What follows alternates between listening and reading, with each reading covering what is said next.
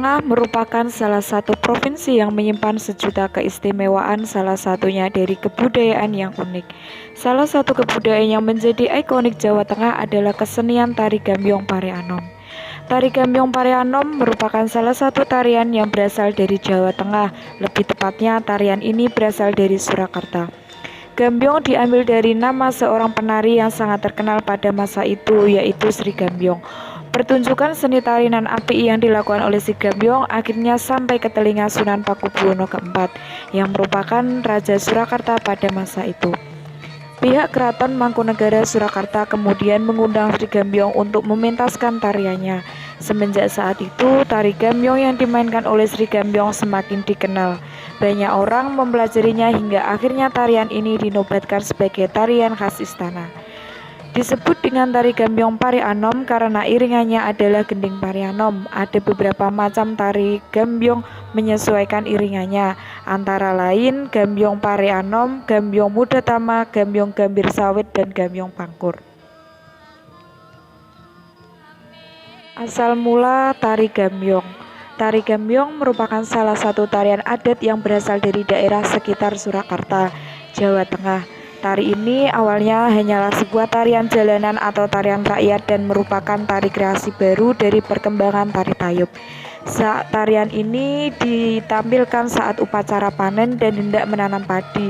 Masyarakat Surakarta tempo dulu akan mempertunjukkan tarian ini sebagai undangan para Dewi Sri, Dewi Padi agar ia memberkahi sawah mereka dengan hasil yang maksimal. Pencipta tari gambyong itu sendiri sebetulnya berasal dari nama seorang penari kondang pada masa itu. Beliau adalah Sri Gambyong yang memiliki suara merdu dan keluasan dalam menari yang mampu memikat banyak orang. Pertunjukan seni tari tayub atau tari ledek yang dilakukannya di jalanan bagi orang dianggap memiliki ciri khas yang berbeda dari penari-penari biasanya, sehingga seluruh masyarakat di wilayah Kasunan Surakarta pada masa itu tak ada yang tidak mengenal ia, hingga ia dijuluki sebagai pencipta awal mula tari gambyong yang sekarang terkenal ini. Dalam sebuah tarian, tari gambyong memiliki keunikan dalam gerakannya.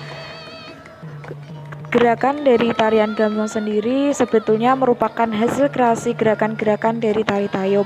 Berbeda dengan tari tayub, pada tari gambyong umumnya dilakukan pada garis dan gerak yang jauh lebih besar. Adapun unsur estetis dari gerakan tarian ini terletak pada kekompakan para penarinya. Para penari gambyong akan menggerakkan tangan, kaki, dan kepala secara bersama-sama, selaras dengan irama kendang yang ditabuh. Gerakan mata yang selalu mengikuti gerakan tangan juga semakin membuat harmonis gerakan tarian ini. Untuk mengawali tari gambyong, pertunjukan umumnya dibuka dengan gending pangkur. Gending pangkur adalah bagian maju beksan yang berarti nyanyian awalan dari yang dilakukan untuk mengundang para penari naik ke atas pentas. Tari gambyong sendiri terbagi menjadi 3 bagian, yaitu maju beksan, beksan, dan mundur beksan. Para penari pun dituntut untuk menunjukkan ekspresi yang lembut dan anggun ketika menarikan tarian ini, tidak lupa dengan senyum yang indah. Kostum tari gambyong. Ketika menari, para penari gambyong wajib mengenakan kostum khusus berupa kemben yang bahunya terbuka sampai bagian dada, serta bawahan berupa kain panjang bermotif. Para penari juga mengenakan selendang berwarna kuning dan dirias dengan sangat cantik.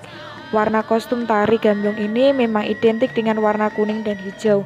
Kuning melambangkan kekayaan dan hijau melambangkan kesuburan.